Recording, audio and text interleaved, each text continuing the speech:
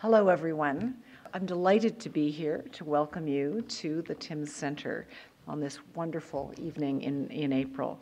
My name is Leslie Cormack, and I am the Dean of the Faculty of Arts. On behalf of the Faculty of Arts at the University of Alberta, I welcome you to the 13th Annual CLC Kreisel Lecture, and a special thank you to you all for coming out on election night. However, I'm going to tell you, keep those cell phones off, and you can look at what the results are later. I'd like to begin by acknowledging that we're located on Treaty 6 territory, a traditional gathering place for diverse Indigenous peoples whose histories, languages, and cultures continue to influence our vibrant community. As many of you know, the Kreisel Lecture is an annual event hosted by the Canadian Literature Centre, Centre de Littérature Canadienne. This lecture series was established in the memory of Professor Henry Kreisel. Professor Kreisel was Chair of English and Vice President Academic at the University of Alberta in the 1960s and 70s.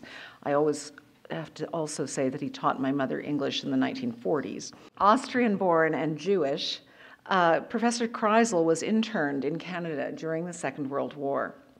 As a war refugee, he spoke of being an accidental immigrant to Canada and how, as a newcomer, he went looking for Canadian literature, but no one could tell him where to find it. And so he took matters into his own hands, introducing and teaching the first courses in Canadian literature at the University of Alberta, inspiring a love of the written word for generations of students. He was also one of the first modern writers to introduce the immigrant experience to the field of Canadian literature. Indeed, this is one of his many legacies that only grows stronger as we continue to grapple with who we are as a nation. The annual Kreisel Lecture is a celebration of Canadian writing, but it's also a recognition of the importance of public intellectual exchange. In the Faculty of Arts, we're very proud to be the home of the CLC. This successful research center not only tackles key societal issues in its role as the Western hub of the Canadian literary community, as a forum for open, inclusive, critical thinking and cultural engagement, it also works to bring together authors, readers, researchers, students, and teachers from across the country. And of course, the CLC continues to publish the highly acclaimed 18 Bridges literary magazine. I'd like to thank the people at the CLC who make all of this possible. In particular, Dr. Marie Carrière, the director, and her amazing team at the center. The Kreisel Lecture Series is successful because of its strong partnerships. And so thank you to the University of Toronto Press, who co-publishes the Kreisel series with the Canadian Literature Centre, and to the CBC Radio 1 Ideas team, producer Dave Riddell and executive producer Greg Kelly, who are here tonight recording the lecture for broadcast at a later date. And of course, I would also like to thank Eric and Alexis Schloss for their continued support of CLC over the years.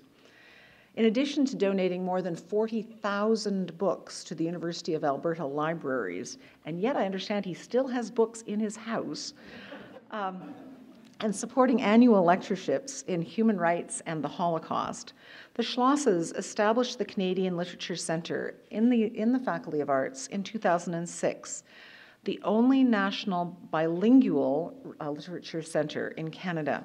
In 2017, Dr. Schloss was appointed to the Order of Canada, joining his wife, Alexis, who was appointed in 2014.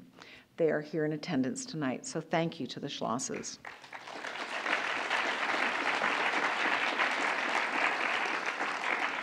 It's now my pleasure to welcome to the stage Lawrence Hill, who will introduce our speaker tonight.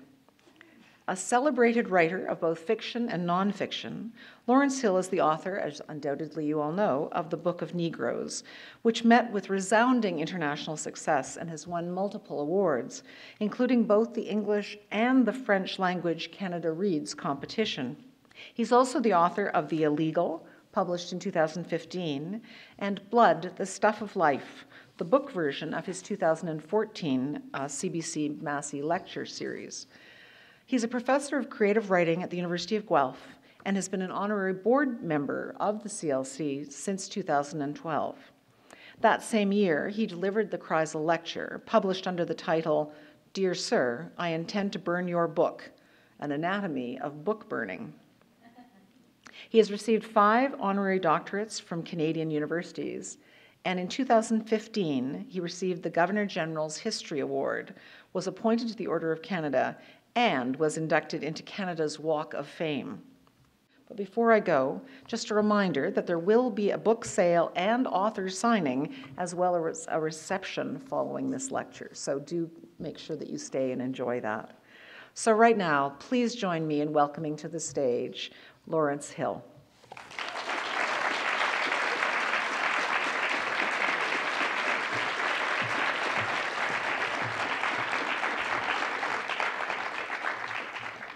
Thank you very much, Dean Cormack, and thank you as well to the Schloss family for their avid support of the Canadian Literature Centre, which is a great support to all Canadians. And a special thanks to Dr. Marie Carrière, Jason Purcell, and all of your colleagues, students and volunteers at the Canadian Literature Centre and at the U of A for organizing this 13th annual Kreisel Lecture.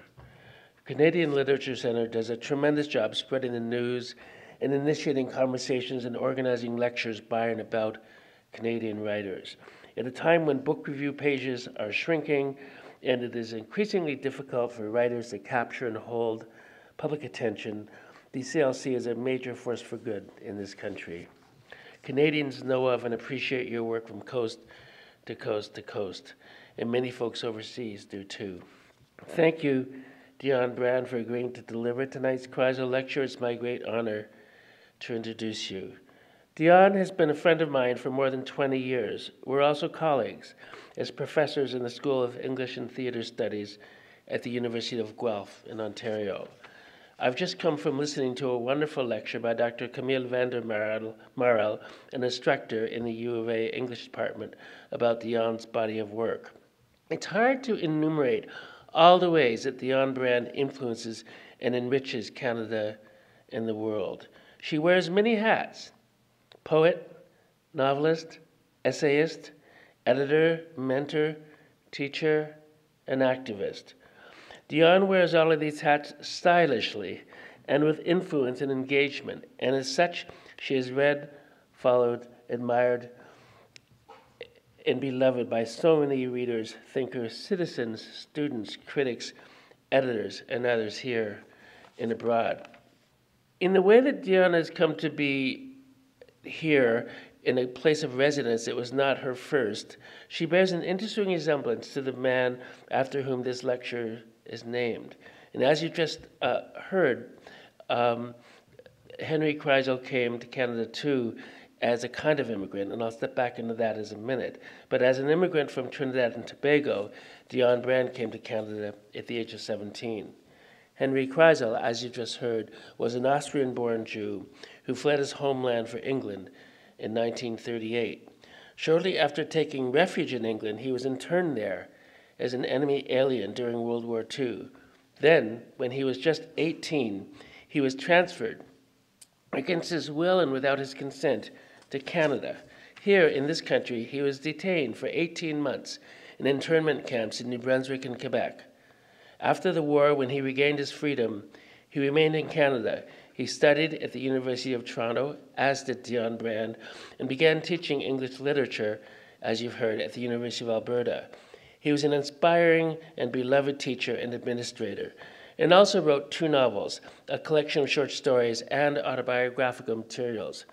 Henry Kreisel kept a diary about his internment. In the diary, Kreisel explains that one day he was seized in England, allowed to retrieve just his pajamas, toothbrush, and his copies of the Brothers Karamazov and collections of poetry by Keats and Shelley. He writes in his diary, "So began what was to be an internment lasting more than a year and a half." Kreisel went on to say, "It was to take me to Canada, a country I barely knew by name, and it was only a large red stretch on the school maps we'd used in Vienna in our geography lessons. It was a silent, mysterious land for me, known by all refugees, and the country whose doors were most tightly shut, as the country whose doors were most tightly shut. Virtually no one could get in," he writes. Ironically, then, it was to this country that we were eventually taken, without passports, without papers. I can't think of a more fitting writer and public intellectual to deliver this year's Kreisel Lecture and to remind us of injustice and transcendence than Dionne Brand. It would not be possible to list all of the awards and accolades that have come to Dionne or all the literary contributions she's made to this country and to the world. However, I would like to mention that last year alone, Dionne brought out one new work of poetry, The Blue Kirk, and one new novel, Theory. In the last days, it was announced that Dionne's novel Theory has won the Bocas Prize for Fiction in Trinidad and Tobago, and that her poetry collection, The Blue Clerk, has been shortlisted for the Griffin Poetry Prize, which she already won in 2011 for her book Ossuaries. As poetry editor for the publisher McClellan and Stewart, Dionne has just brought out 4 poetry collections by other writers. In addition, Dionne has just won the Blue Metropolis Violet Literary Prize for her contributions to LGBTQ literature in Canada. In the last few months, I spoke at 3 conferences or literary events in Spain and Germany, and at each event, enthusiastic graduate students and professors approached me to say how much they admired Dionne Brand's books, and how closely they read them, and how they were researching and writing about Dionne. Last year, an excerpt from Dionne's novel Love Enough was featured on a permanent literary plaque erected on Toronto's waterfront by Project Bookmark Canada. My wife, Miranda Hill, who's also a friend of Dionne's, tells me that a few years ago, when she was speaking in public about Project Bookmark Canada, a Mexican woman who was a graduate student of translation at Glendon College came forward to say that she'd moved to Toronto to discover the city of Michael Ondaatje and Dionne Brand. It's well established that Dionne's work is read and admired internationally, but I'd like to stress its significance and impact in Canada. Perhaps Dionne is not completely a household name, but she should be. Every time a Canadian reader tells me that they know of and love Toni Morrison, but could I please recommend a writer of similar stature who lives in this country, I wonder how it is that they have not yet fallen into the poetry and prose of Dionne Brand. I wonder how it is that we in Canada continue to be more aware and enamored by Black literary and cultural expressions south of the border than we are of the incredible creations within our own country.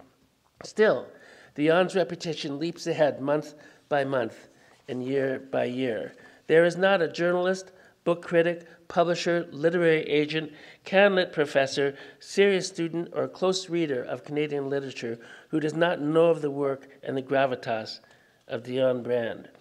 If you've had the pleasure and privilege of attending a reading or a book launch by Dionne in her city of Toronto, then you cannot help but notice a vibrant, enthusiastic, excited, young crowd of readers, students, and aspiring writers, many of them women of color. I imagine that Dionne writes to captivate and challenge all of her readers and to inspire them to read deeply, think beautifully, think critically, and live well.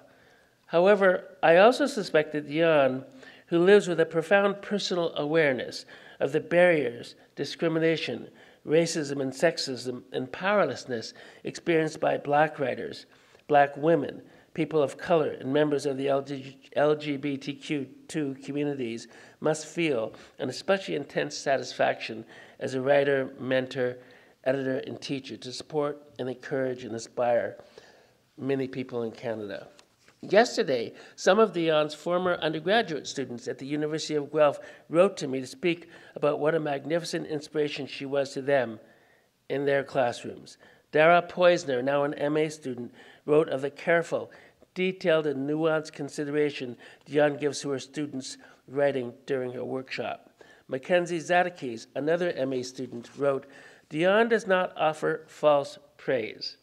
When you have earned a compliment, the satisfaction is pure.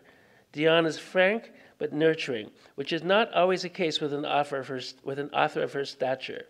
I appreciate how she was the only professor in my undergrad experience to instruct with a class in a circle."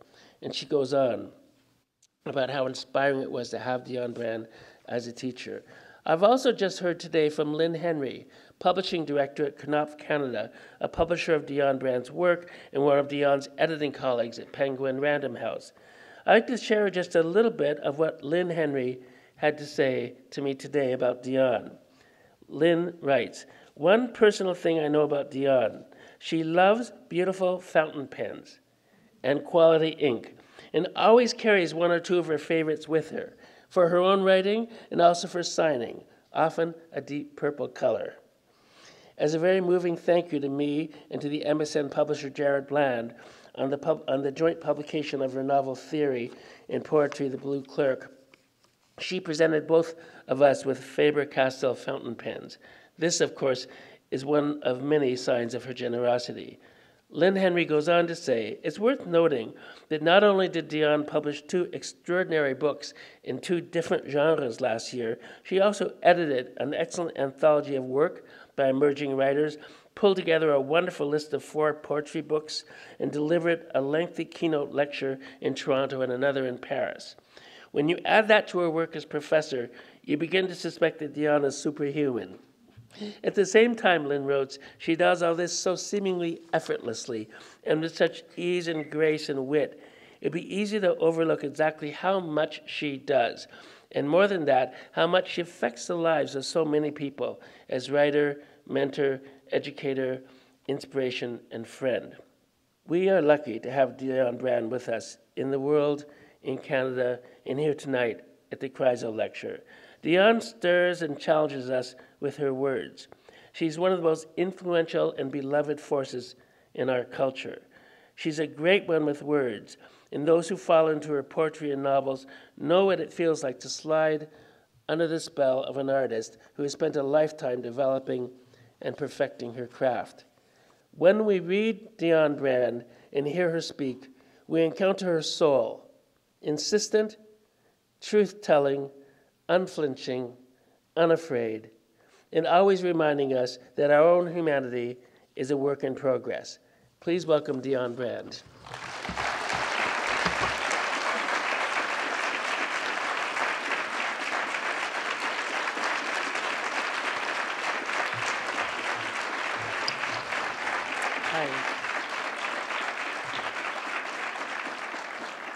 Hi, good evening, and thank you for coming.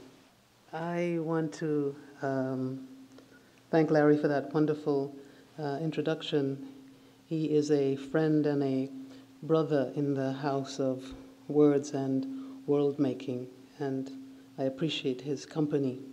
I also want to thank Marie Carrière for inviting me here. I remember we met a few years ago, and she said, I want to have you come someday. And I said, well, invite me. So she did. She did.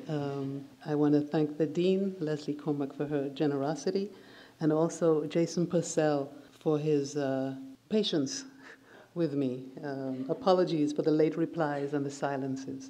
This talk is called An Autobiography of the Autobiography of Reading. There is a photograph of me taken when I was between 3 and 4 years old. I do not recognize myself in this photograph, though I remember the day and the events of the photograph. It is the earliest photograph of the alleged me. One of the assumed subjects of the photograph. The little girl reputed to be me in the photograph is about 4 years old, 3 or 4. They say that I am one of the children in this photograph, one of the 4 children in this photograph. The 3 others are my sisters and my closest cousin. I recognize them. We are 4 girls.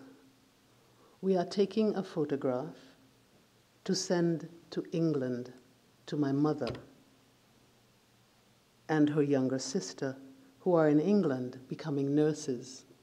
Several years before, they had left by boat, by ship, perhaps a Cunard ship, a boat whose name my aunt does not recall, though she does recall passing Tenerife, thinking at the time that one day she would like to go back there. They arrived at the port of Southampton, my mother and my aunt, sometime in 1956. From Southampton, they took a boat train to London, where they were gathered by the hospital they were assigned to. This boat train I meet later in the novel The Lonely Londoners by Samuel Selvin. When we take the photograph, we are taking it to send it to my mother and my aunt, but also to send to England. England is the spectator, and for England, standing behind my mother and my aunt, we must make a good appearance. I am, to my mind, the most active in the photograph, helping the photographer to make the photograph right. I remember my younger sister and cousin crying, and the photographer, Mr. Wong, assigning me to distract them with a toy shaker. I take my job very seriously, or mechanically. We must look out into the camera, Mr. Wong says. He says, "Little girls, smile, don't cry." I recall trying to follow the instruction. My little sister is crying, and my cousin is trembling in sympathy. I remember all of these actions, but I do not recognize the girl who is me in the photograph. Except for my older sister, we three youngest do not remember my mother and my aunt. My mother and my aunt are in the imagination, and so too is England. They are now tied to England, and England to the imagination. All letters after, all communication of information, endearment, and entreaty will go to and arrive from Wanda Valley Hospital, Mitcham Junction, Surrey, England. 60 years later, my older sister will still remember this address by heart. This England will be the audience. Already, I am changed in the photograph, since I leave off being myself to follow the instructions of the photographer. Already, I have changed, thinking of the audience. Everyone says it looks like me. I do not recognize myself, or I recognize myself as authored by myself, as selected from a series of selves for presentation. I will go on to Mrs. Greenwich's Dame School. I will go on to the San Fernando Girls English Catholic School. I will go on to the Naparima Girls High School, sending letters and receiving instructions from England, from Surrey, then from Croydon, then from Pip and the Convict, Dick Whittington and the Cat, Bobby Shafto's Gone to Sea, To a Butterfly, Oh Mary, go and call the cattle home across the sands, O.D. Becoming the representation of the self, signified by the opportunity of the photographic event. A photograph, a portrait, inside and outside of the frame of the photograph. All of the relations that come together to make the portrait, the children, the mother and aunt waiting for the photograph, the adult outside of the frame who brought the children here to take the photograph, the photographer who has taken many such photographs to send to mothers and aunts and fathers and sisters. England, observing these children over the shoulders of mothers and aunts and fathers and sisters. This porous portrait is full of multiple autobiographies. Mr. Wong, the photographer, probably traces his family to Chinese indentured labor, 1846, or perhaps even as far back as 1806. The children, their history goes back to the period of the Arawak and Carib extermination and the enslavement and transportation of their families from West Africa to the New World. They meet in a photography studio some 100 and odd years later to all follow a custom marked at every step with colonial imperative. The act of taking the photograph is deeply calculated to arrive, to align with the imperative. It is an attempt to appear, to synchronize with coloniality's time of modernity, of proper subjectivity. Indian indentured labor, 1849, also makes up the historical in the town where the photography studio operates. All of these violent trajectories have been synthesized in the coming photograph. But of course, this is also a small photograph, an intimate and personal photograph. I call this essay an autobiography of the autobiography of reading, leading with the indefinite, an autobiography, which leaves open the possibility of multiple autobiographies. This is but one iteration. It is particular, but not individual. It gestures to the world of a reading self. It signals the complicated ways of reading and interpretation that are necessary under conditions of coloniality. It suggests that coloniality constructs outsides and insides, worlds to be chosen, disturbed, interpreted, and navigated in order to live something like a real self. The definite article of the second clause, the autobiography, identifies the subject who is supposed to be made through colonial pedagogies in the forms of texts, fiction, nonfiction, poetry, photos, governmental and bureaucratic forms and structures. This subject, situated at the violent pasts and futures of coloniality, is hailed ambiguously in these texts to simultaneously be mastered and elide mastery as something other than violence, erasure, and absence. The great polymath, historian, novelist, critic, and political scientist C.L.R. James begins that majestic book of his, Beyond a Boundary, with a chapter called A Window. In it, he describes the window of his childhood. At the turn of the 19th century, his childhood house. Through this window, he could see the cricket pitch of the town of Tunapuna. There, standing on a chair at 6 years old, he spent many Saturday hours watching men practice the art of cricket. He also describes a childhood of reading incessantly, and in particular, William Thackeray's Vanity Fair. In Beyond a Boundary, James wrote, and I quote, "Thackeray, not Marx, bears the heaviest responsibility for me." Thackeray, not Marx, bears the heaviest responsibility for me. Scholars have gone over these lines of James with varying interpretations. Among these interpretations was that James was signifying on Marx.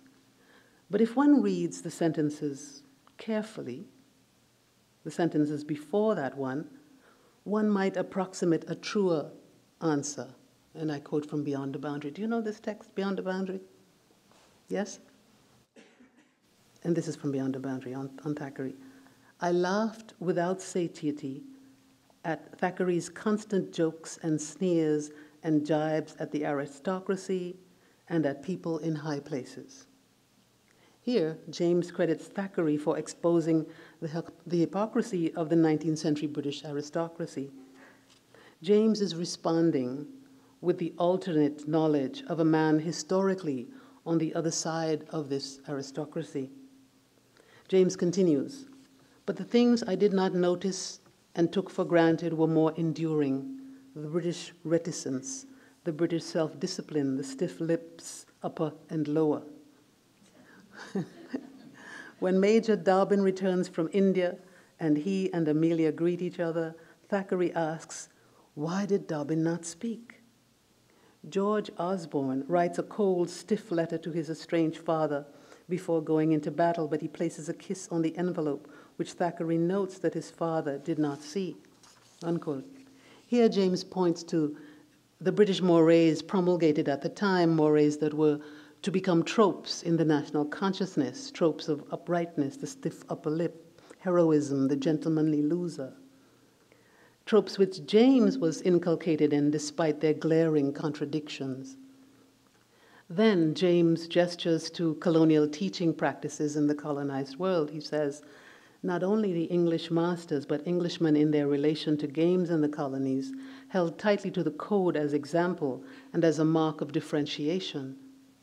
And he points to the ways in which these codes of coloniality lay contradictorily and harshly in the colonized. He says, I was an actor on a stage in which the parts were set in advance. I not only took it to an extreme, I seemed to have been made by nature for nothing else. There were others around me who did not go as far and as completely as I did. James's Beyond a Boundary analyzes the game of cricket in order to set out the terms of coloniality laid down by the British and the acquisition and superseding of those terms by West Indies cricket of the 40s, 50s, and 60s to devastating and winning effect.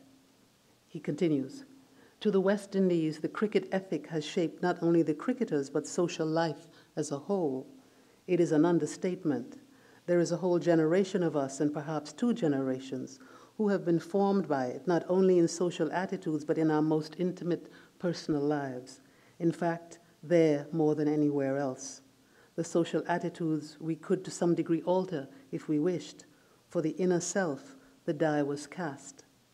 Along with restraint, not so much externally as in internal inhibitions, we learned loyalty. It is good to be loyal to what you believe in. That, however, may be a tautology. Loyalty to what is wrong, outmoded, reactionary, is mischievous. To that in general, all will agree, even the reactionary. Lisa Lowe, in her book, The Intimacies of Four Continents, interprets James' formulations that Thackeray, not Marx, made him as James's appreciation of the way the novel describes the history of global empire.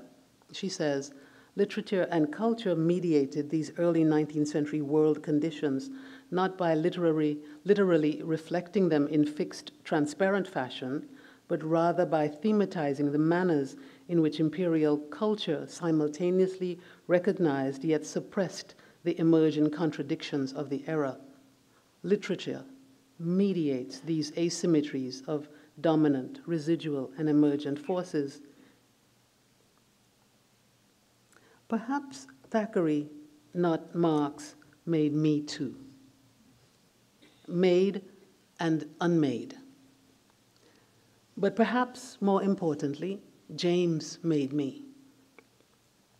His book on the Haitian Revolution, The Black Jacobins, his novel, Minty Alley, his political theory, Notes on Dialectics.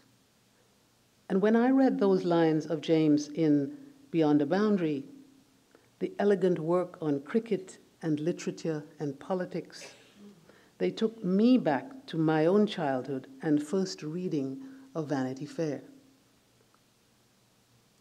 Amelia Sedley, Becky Sharp, William Dobbin, Rawdon Crawley, George Osborne.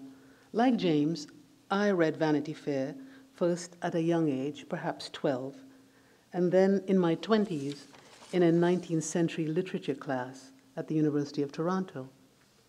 The memory of my childhood reading brings not lessons in restraint and a code of masculinity or inhibition, as for James, nor the great sprawl of colonial domination, that last colonial domination, at least not on the surface, although ingested as the acceptable and inevitable, the fabric of social hierarchies, the material world itself. That photograph in Mr. Wong's studio signifying all. But that narrative, Vanity Fair summoned for me codes and lessons of femininity. Amelia Sedley's and Becky Sharp's, thrown into stark relief, stark moral relief. Amelia, gentle, rosy-cheeked, smiling, pliant, and good. Becky, cunning, ungrateful, bitter, and destined for no good. The narrative summoned me to attend to the example of Amelia Sedley, innocent and unconscious of the world, and therefore safe. And Becky Sharp, too worldly, too clever, too grasping, too knowledgeable, and therefore doomed. I was with Amelia, of course, yeah, wanting her to be happy, wanting her to have Osborne, wanting Dobbin to take care of her. And why couldn't Becky just behave? I really should have been with Becky, you know. But that is not the lesson, yeah? For as Thackeray himself says, Miss Sedley, in terms of making Amelia Sedley the character, Miss Sedley, whom we have selected for the very reason that she was the best-natured of all, otherwise, what on earth was to have prevented us from putting up Miss Schwartz or Miss Crump or Miss Hopkins as heroine in her place? It could not be expected that everyone should be of the humble and gentle temper of Miss Amelia Sedley, should take every opportunity to vanquish Rebecca's hard-heartedness and ill humor, and by 1,000 kinds of kind words and offices overcome, for once at least, her hostility to her kind. I mean, and this is the internal kind of discussion that Thackeray has inside of the text, because it's a parody. The obvious parody of femininity notwithstanding, because after all, the outcome or alternative is unavailable in the text, I was called to choose. Because had I chosen Becky, what would have happened to me? Then there was another figure who appears on page 7 of Vanity Fair, Miss Schwartz. Quote, Miss Schwartz, the rich, woolly-haired mulatto from St. Kitts. But I barely remembered her and only found her again as a stunning surprise on rereading, years after my childhood reading, on rereading. Thackeray also had a drawing of Miss Schwartz, a drawing I must have decidedly forgotten or clinically forgotten, since to me it was such a horrific drawing of a black woman seemingly uncomfortable in a Victorian dress. I am sure that I fled this image, put it away, refused its address. Reading narrative requires, demands acts of identification, association, affiliation, sympathy, and empathy, acts of an inhabiting.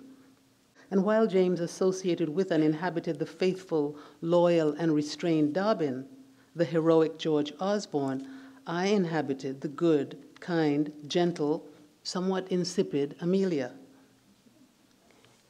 You must remember that insipid is one of the desired categories of femininity.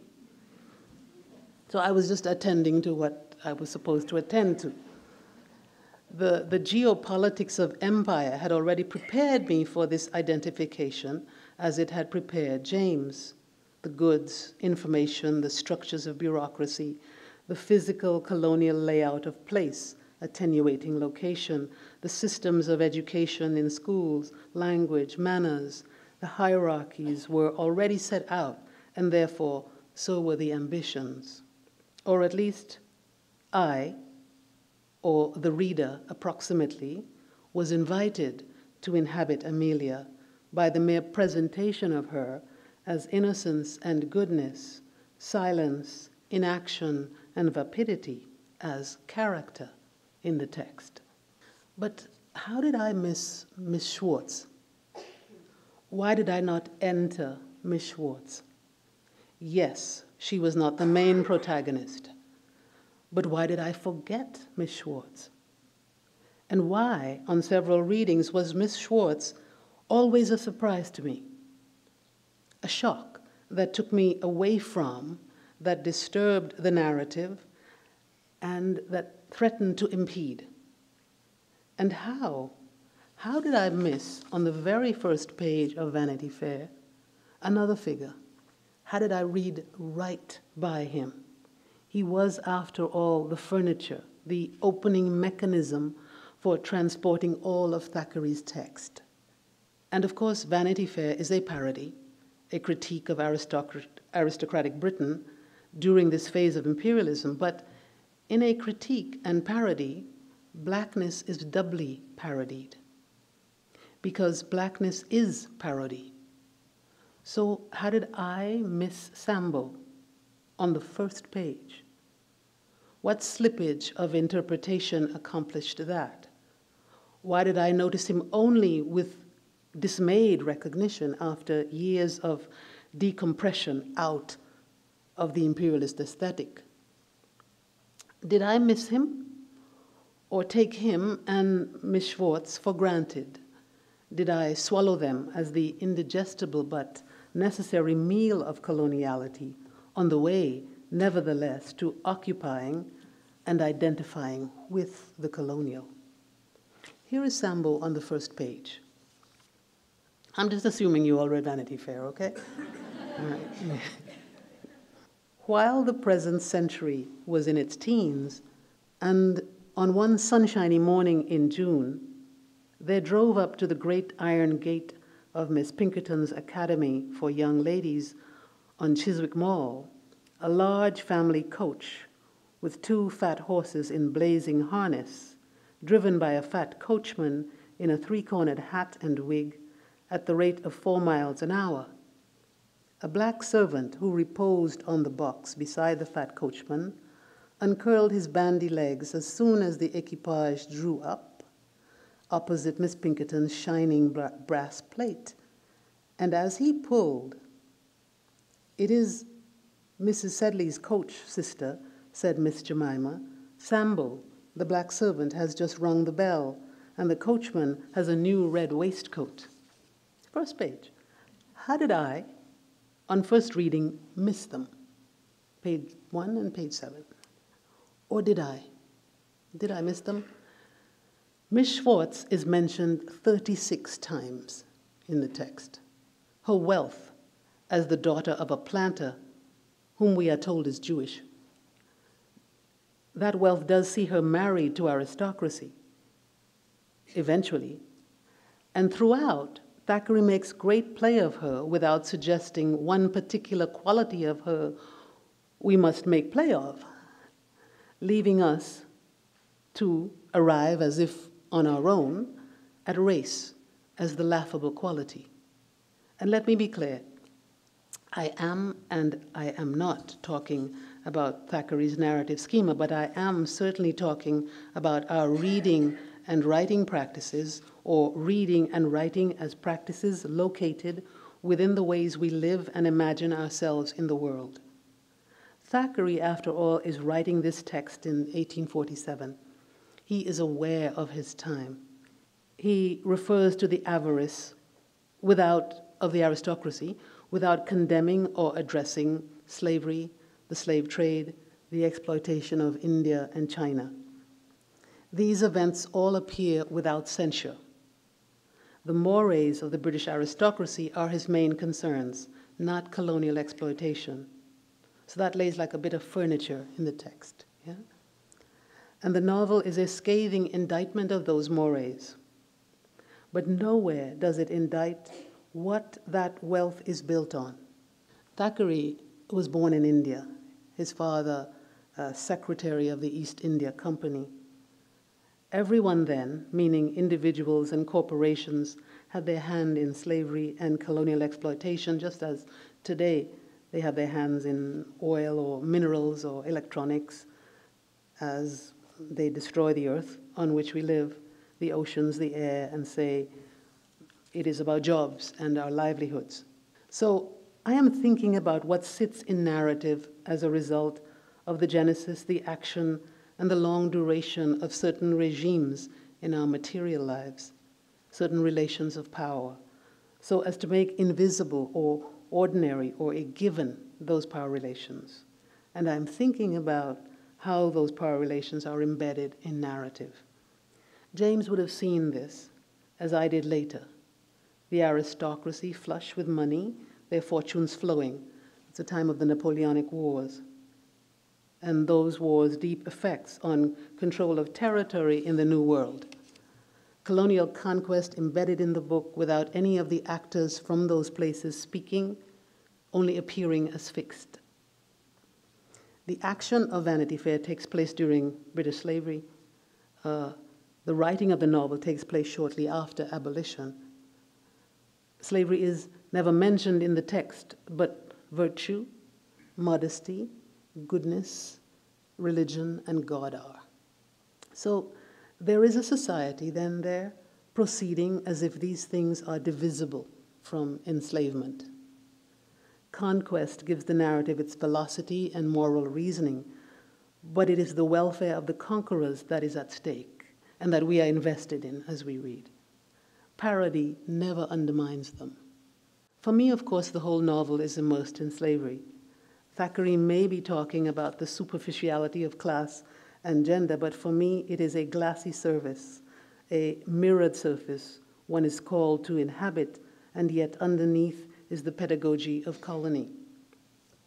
While class and gender, at least the making of white class and white gender, may have been the obvious subjects of the narrative, race and colony are bedrock of power and startlingly unremarked, in fact, normalized or stipulated, matter of fact, in the text. For hundreds of pages, the unreadable is unread, but petrified, hardened, buried as trope. So, no, the reader did not read Miss Schwartz. In fact, so young a reader had to hurry past Miss Schwartz. As rich as she was, Miss Schwartz was too pessimistic a figure, too horrific, too outside of being. Which brings me to Thackeray's The History of Henry Esmond. You got to go and read these things, because they're like the foundation of what we do now and read now. Yeah? Which bring, what am I telling you? You have to. You don't have to. I'll do it, and then, Which brings me to Thackeray's The History of Henry Esmond. It's a historical novel of the life of Henry Esmond. It is published in 1852. The time of the novel is the early 1700s. For my purposes, it is not important what the story is. I want to look at the language, what it transmits, the state of being it describes, the mind, the philosophical orientation of the speaker. I want to look at the language, in this case English, as vehicular, as transporting ideas of the normal at the level of syntax and feeling, as marking relation, the relation of objects. So I'll read you a little piece from the History of Henry Esmond, just the beginning, actually. The estate of Castlewood in Virginia, which was given to our ancestors by King Charles I as some return for the sacrifices made in His Majesty's cause by the Esmond family, lies in the Westmoreland County between the rivers Potomac and Rappahannock, and was once as great as an English principality, though in the early times its revenues were but small. Indeed, for near 80 years after our forefathers possessed them, our plantations were in the hands of factors who enriched themselves one after another, though a few scores of hogsheads of tobacco were all the produce that for long after the Restoration our family received from their Virginian estates. Wonderful paragraph, right? Notice the tenor of this paragraph, the relational claims it makes, the elevated stance of the speaker. Notice the emotive words it deploys, returns for the sacrifices given to our ancestors, our forefathers possessed. Note the invocation of the king, the words, great as an English principality. Then the gesture toward the wrongfully disadvantaged state of the family. All these words go to invoking regard and sympathy and summoning association. You would understand. You have a family such as this. you'd understand this plight. To read this first paragraph is to read two worlds, the world being addressed and the world buried in the address.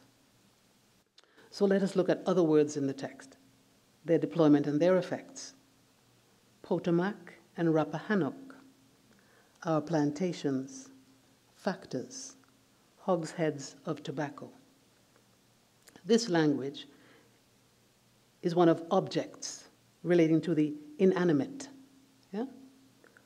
Or in the case of factors, there are two senses, figures, sums, and advantage. But what do I read from the Potomac and the Rappahannock but indigeneity and previous habitation? Old habitation, if something like the name of a river is resistant to an English principality. Yeah, that lasts. How come that lasts? And in plantation, forced labor, enslavement of black people. After all, we are in Virginia. That labor exploited to produce hogsheads of tobacco. Suddenly, my reading is populated by a killing field, by a force of black people, unmentioned, moving about, living, working, and it is populated by their suffering. Suddenly the thing comes alive, yeah? A set of exploitative relations come into focus in this now. But the vehicular language suspends those meanings, suspends the meanings of this expropriation, exploitation, and human suffering, and replaces them with a dreary, improbable tale of white disenfranchisement. In his essay, Aesthetic Reflection and the Colonial Event, Simon Gikande writes, first, colonial events and subjects are never centered in the European discourse on the aesthetics, which dominates the 18th century, but they occupy important footnotes or addenda. If the aesthetic acquires its ideal character by its force of exclusion, it is nevertheless haunted by that which it excludes. Here again from the history of Henry Esmond again. Neither my father nor my mother ever wore powder in their hair. Both their heads were as white as silver, as I can remember them. My dear mother possessed last an extraordinary brightness and freshness of complexion, nor would people believe that she would not wear rouge. At 60 years of age, she still looked young and was quite agile. It was not until after that dreadful siege of our house by the Indians, which left me a widow ere I was a mother, that my dear mother's health broke. She never recovered from her terror and anxiety of those days, which ended so fatally for me, then a bride, scarce 6 months married, and died in my father's arms ere my own year of widowhood was over. I have to admit reading this with cold-bloodedness. Or at least I cannot do what I am hailed to do as reader, which is to juxtapose the refinement, the good taste, the beauty and rectitude of the mother, ergo England, against the dreadful siege and terror of the Indians. I admit to laughter and satisfaction at this siege and the early decease of the mother.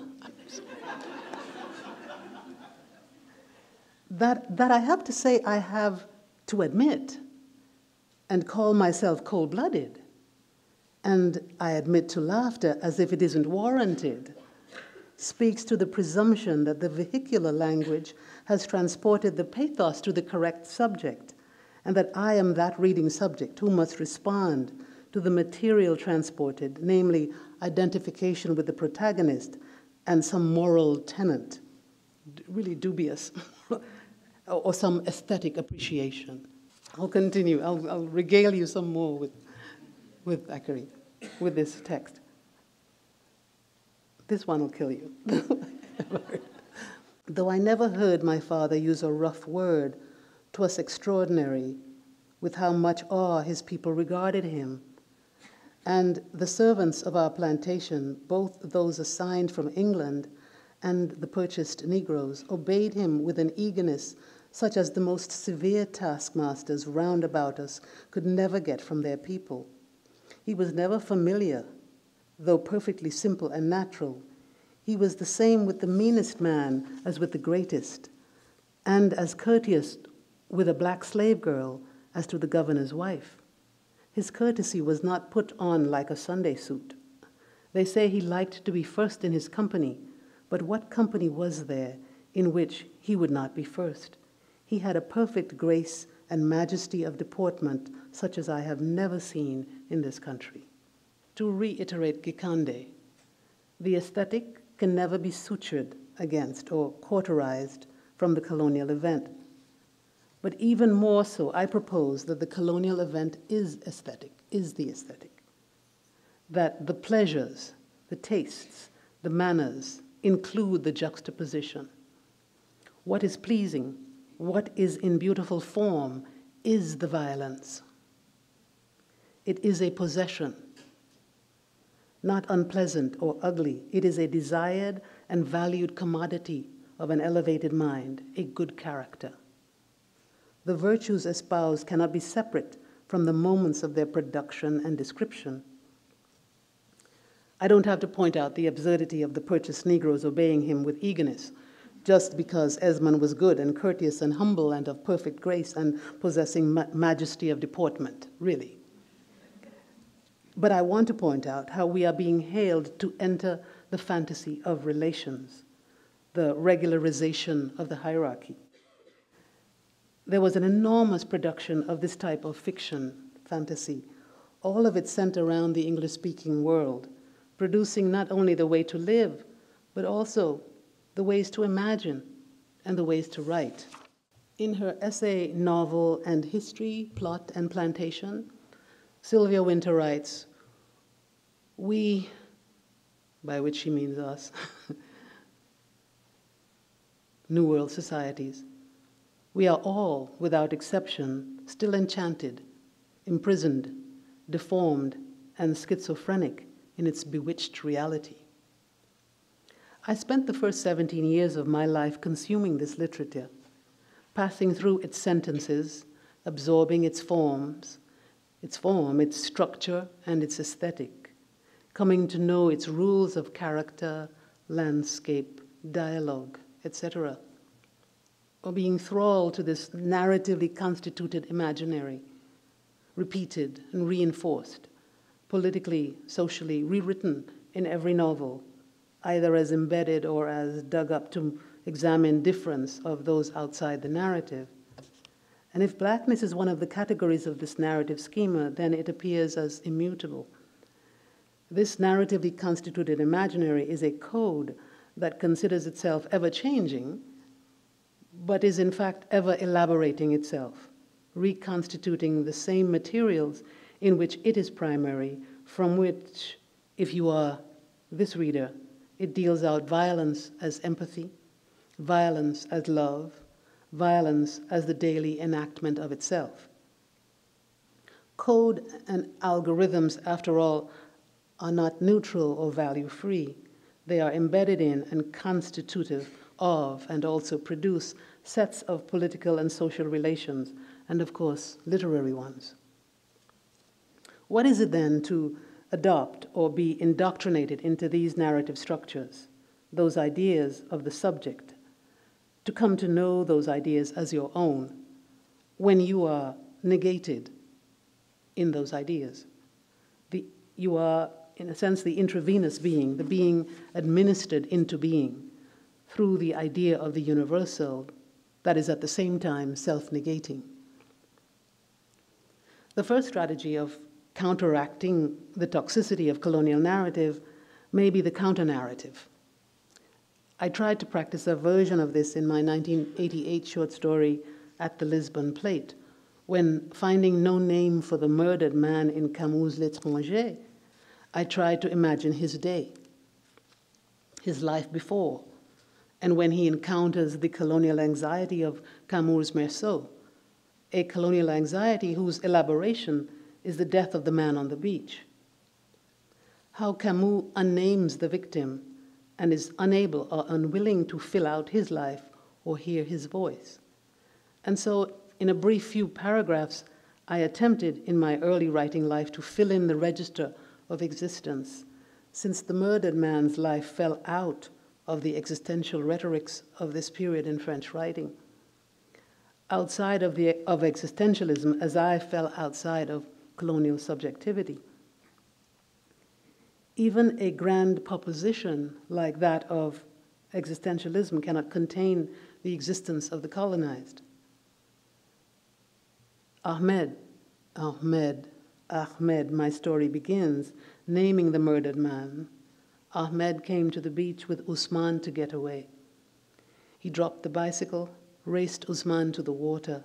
Ahmed and Usman fell into the sea fully clothed, he washing away the sticky oil of the bicycle shop, Usman drowning his headache. The story settles Ahmed into his life with his younger brother Usman, their getaway to the beach, carving a space away from the penury emergencies of the town and their life. So I had read Camus, wanting to enter the philosophy of existentialism, trying to find some method of understanding, trying to find a way through, to find a way to that ideal of humanity.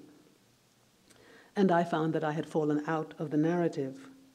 But I didn't want to be included in the narrative. I wanted to be addressed, not as object. And that brings me to we, the idea of we. We has a certain barbarity to it, a force. It is an administrative category.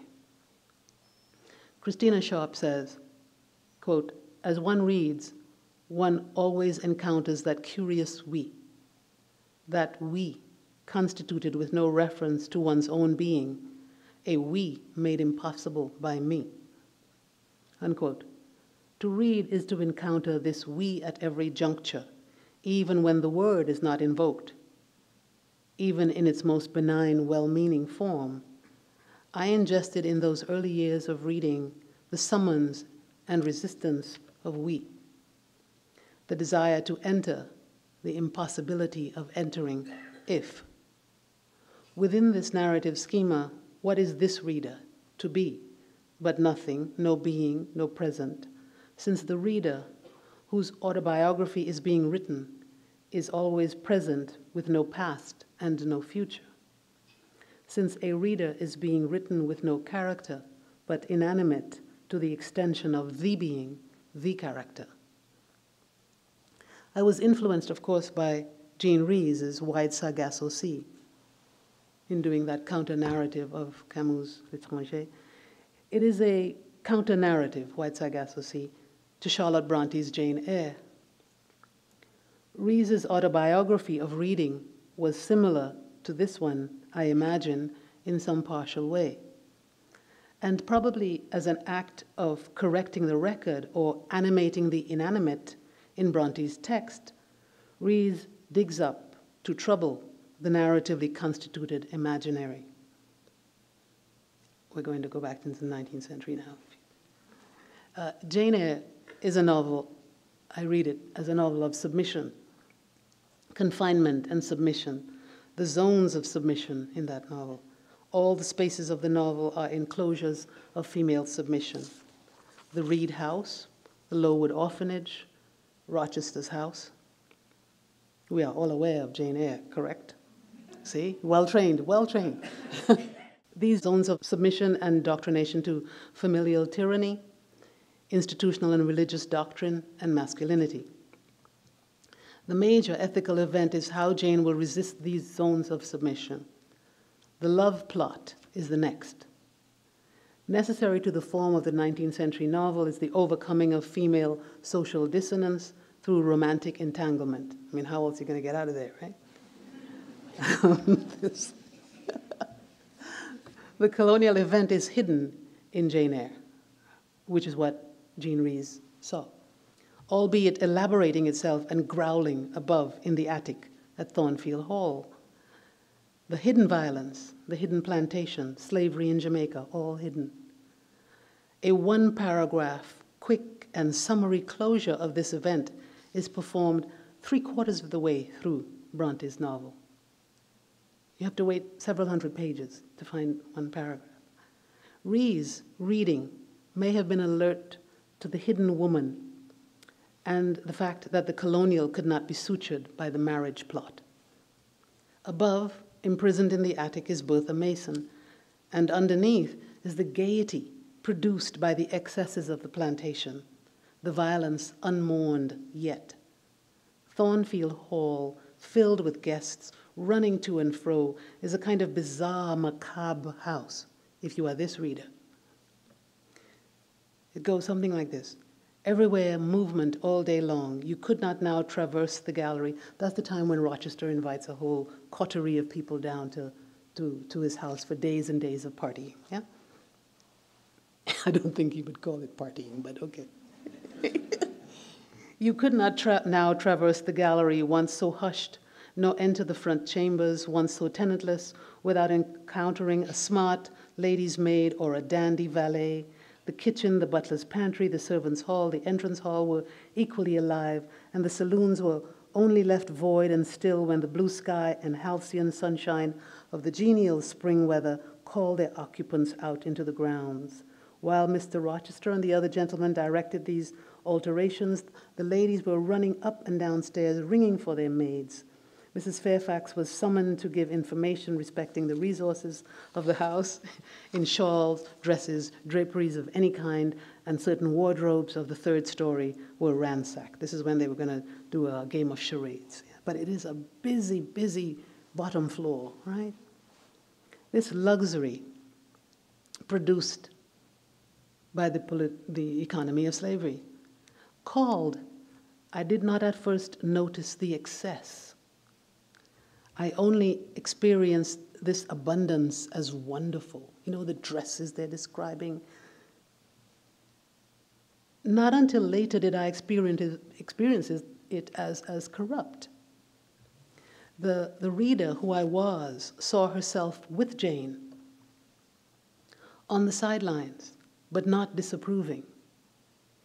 The reader who I was wished that the woman in the attic would not spoil things, like Becky Sharp, don't spoil things. Yeah. When Bertha Mason's brother arrives, midway through the novel, only then do we get a hint, fleetingly, of the other life that all this luxury is predicated on. The first mention of colony, of some hot country. And Jane says, presently the words Jamaica, Kingston, Spanish Town, indicating the West Indies as his residence, and it was with no little surprise I gathered ere long that he had there first seen and become acquainted with Mr. Rochester. He spoke of his friend's dislike of the burning heats, the hurricanes, and the rainy seasons of that region. Do you notice how that always appears in text? How horrible the weather is, seriously. Soon after, and it's a kind of shorthand, and even as writers, you have to be so careful about not putting your hand, resting your hand on that shorthand, because this is where it begins, this is where it is lodged. Soon after in the novel, when Mason is stabbed by his sister, Bertha, and Jane enlisted to nurse him until Rochester gets the doctor, Jane hears, quote, the snarling canine noise and a deep human groan. Then my thoughts worried me, she says. What crime was this that lived incarnate in this sequestered mansion and could neither be expelled nor subdued by the owner? What mystery that broke out now in fire and now in blood at the deadest hours of night? What creature was it that masked in an ordinary woman's face and shape uttered the voice now of a mocking demon and anon a carrion-seeking bird of prey? Wow. That's kind of deep, yeah? Someone like me, reading, finds this a telling paragraph, amazingly put, inadvertently, I suggest, but it's the unconscious blowing up, yeah? Someone like me reads this snarling and deep human groan as the unconscious speaking. This noise, the noise of the plantation world, the suppressed, the oppressed, the maid mad, and following, what was sequestered there was blackness. After Rochester hurries the wounded mason away before all is discovered, he speaks with Jane outside in the garden. But listen to this description. I swear. He strayed down a walk edged with box, with apple trees, pear trees, and cherry trees on one side, and a border on the other full of all sorts of old-fashioned flowers, stocks, sweet williams, primroses, pansies, mingled with southernwood, sweetbriar, and various fragrant herbs. They were fresh now as a succession of April showers and gleams, followed by a lovely spring morning, could make them. The sun was just entering the dappled east, and his light illumined the wreathed and dewy orchard trees and shone down the quiet walks under them. Jane, will you have a flower? You must. This after all that has gone on. Yes, Jane, will you have a flower?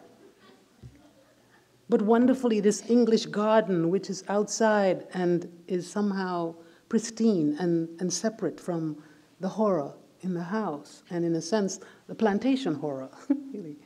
This appeal to natural beauty conceals. It is as if the violence can be contained in the house, and outside of the house, the psyche and England both can remain uncontaminated. Jane inherits from her uncle, who is in Madeira, who has a place in Madeira, a thing. Jane inherits from her uncle of Madeira, which was involved in the slave trade. So far in the novel, Jane has stood relatively outside of the taint, outside of the involvement with plantation and slave capital. But the solution to her full sovereignty is and can only be accomplished by being fully immersed in plantation economics. Madeira once engaged in the production of sugar from sugarcane, using enslaved labor from Africa and the Canaries.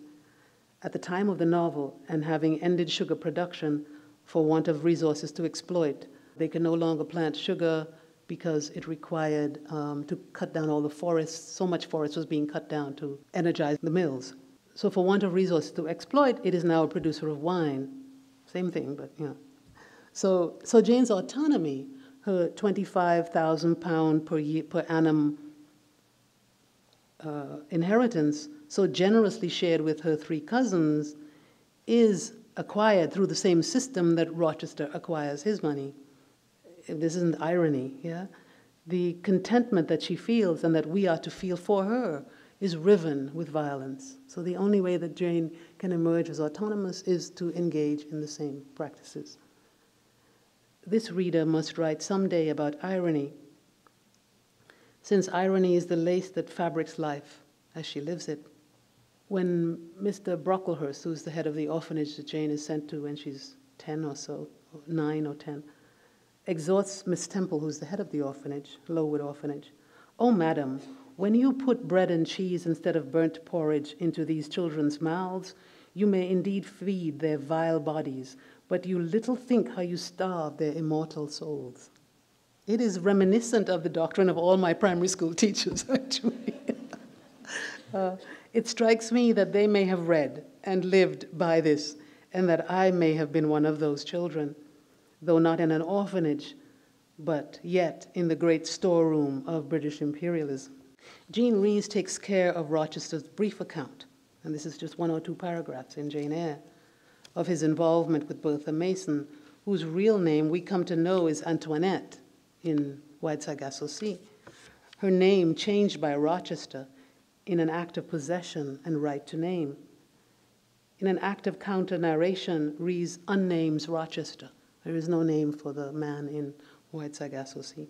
While Rhys exposes the political economy of slaveholding and the marriage arrangement plot as buttressing these relations, she leaves unopened the fantasy of the enslaved's love for the master. The figure of Christophine in Wide Sargasso Sea is unexplainable as protector and mother figure to Antoinette and her mother. A black woman formerly enslaved by Antoinette's family is presented as Antoinette's defender and protector against Rochester, or against the unnamed A reader like me observes this. Christophine confronts Rochester about his true motives. She says, "You think you fool me?" She asks him. "You want her money, but you don't want her. You do that for money, but you're wicked like Satan's self." Unquote. Christophine, in the years since emancipation and Antoinette's growing up, has been imprisoned for being an obeah woman and a healer, a status crime of colonial times, since these kinds of women were usually at the forefront of fomenting rebellion. So while Ries presents the figure of Christophine as a powerful one, her love and caring for Antoinette is inexplicable, and only explicable within the same narrative construction of Jane Eyre. The underside of that violence is the narrative of mutual love, filial love as operating outside of violence. White Sargasso Sea also has these black figures in it, as opposed to people.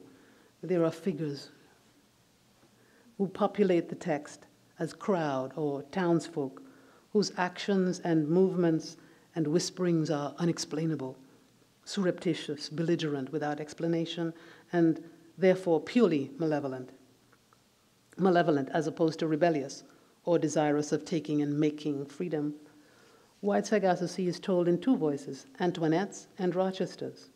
And there could just as easily have been three voices. And the lack of a third voice is structurally unaccountable, except for that logic. If one is a reader like me, one notices these things. One wants to completely embrace White Sargasso Sea, strangely, as this same reader wanted to embrace Jane Eyre, and had. Such a reader ignores the misgivings, the improbabilities, or rather she reads with a set of aches, like building a callus at each reading. Such a reader has a mind box inside of a mind box, inside of a mind box, inside of a mind box, and so on. And such a reader hears the tumult, the murmur of life. John Keynes' counter-narratives. Do you know this writer, John Keynes? African-American writer. Has a book called Counter-Narratives, a book of short stories and novellas. And he makes explicit the act of blowing life into the world of coloniality. In his short story named Rivers, in the first section of the book, which is called Encounter Narratives, Keynes offers a counter to Mark Twain's Huckleberry Finn. You haven't read this? Oh, you must. It's stunning.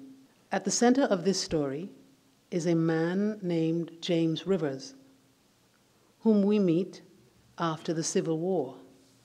James Rivers is, and is not, the Jim of Twain's book. James Rivers recounts the time when a reporter who is supposed to interview him about the war and his service in it instead asks him about that boy, whom he has seen only twice in the intervening 40 years. So we meet him 40 years. The story begins like this. He says, "What I'd like to hear about," the reporter starts in, "is the time you and that little boy," and there's an ellipsis, and I silence him again with a turn of my head, thinking to myself. So there's a reporter who's interviewing this man, James Rivers, about his role in the Civil War. And that's what the reporter wants to know. And he silences him by turning his head. And what follows in the text is a partial list of the places where he was and the battles he participated in, and what Rivers names, quote, "the first great war of our freedom," unquote. This "our," italicized in the text, is very clear. This "our" references Black freedom, and it stands counter to that violent "we" that I spoke of earlier. The reporter's questions and its narrative demand want to return Rivers to a time and a place he has worked to forget, or perhaps more to the point, to return him to a point that is not the point of his life. The reporter's question would take him back to Twain's narrative, in which the white boy, man, and not James Rivers, is at the center. But Rivers has his own narrative, and Keynes gives us Rivers's narrative at first by way of a face turned away in refusal, and then by way of a remembered encounter in which the necessary dissimulation evidenced in the grammar of the past conditional is on the page. So almost each paragraph begins in these several ways. I will quote, "I silence him thinking to myself, I thought to say, I thought to say, I thought to tell the boy, I thought to say, I thought to say, I thought to recount, I thought to narrate." The body of the story tells of Rivers's life, not his performance in a picaresque about a white boy. Both of these works, Rees and Keynes, and my tiny contribution of At the Lisbon Plate, take linear mapping as a strategy of unearthing, unlayering, and revealing, using perhaps the same structure of storytelling, mirroring and correcting, or mirroring to correct. My concern is if that is enough for decentering. What if one ignores entirely that which has been produced so far as it exists along a colonial schema that makes the narrative of empire making addressable always, or the history of colonial narrative making the subject and method of narrative production? A second strategy. What if one were to completely ignore narrative demands synergies between the social arrangements and meta-story? We occupy a certain position in Western modern, so the meta-story compels all ancillary stories to be in synergy, and these ancillary stories are also produced by Black writers. So there is the difficult work of narrativizing the life of Black people, as that life sits at a cardinal coordinate of capital and white power, is located in the racist schema that capital and white power describe. So the task of the writer, whether fiction or nonfiction or of casual or bureaucratic texts, and here I'm thinking of Saidiya Hartman's beautiful new majestic book called Wayward Lives, Beautiful Experiments, Intimate Histories of Social Upheaval. It's a history in which she writes about how bureaucratic writing and state writing narrativizes Black people into incarceration. The task is how to narrate our own consciousness, how to describe a Black life in the register of the social and the political, and not in the register of pathologies or the pathological. Perhaps Gwendolyn Brooks's Maud Martha is one such example.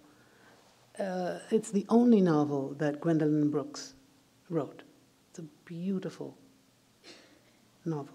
It's a narrative attending to its own expression, attending to describing its consciousness. Here is a consciousness unimpeded by the demand to locate itself as adjacent to a spectator who wishes to dislocate that consciousness or make it inanimate or tangential. The mind box opens in the reader. No difficult entrance or encounter with violence at the door. She writes, "Up the street, mixed in the wind, blew the children and turned the corner onto the brownish red brick school court. It was wonderful. Bits of pink, of blue, white, yellow, green, purple, brown, black, carried by jerky little stems of brown or yellow or brown-black, blew by the unhandsome gray and decay of the double apartment buildings, past the little plots of dirt and scanty grass. There were lives in the buildings, past the tiny lives the children blew."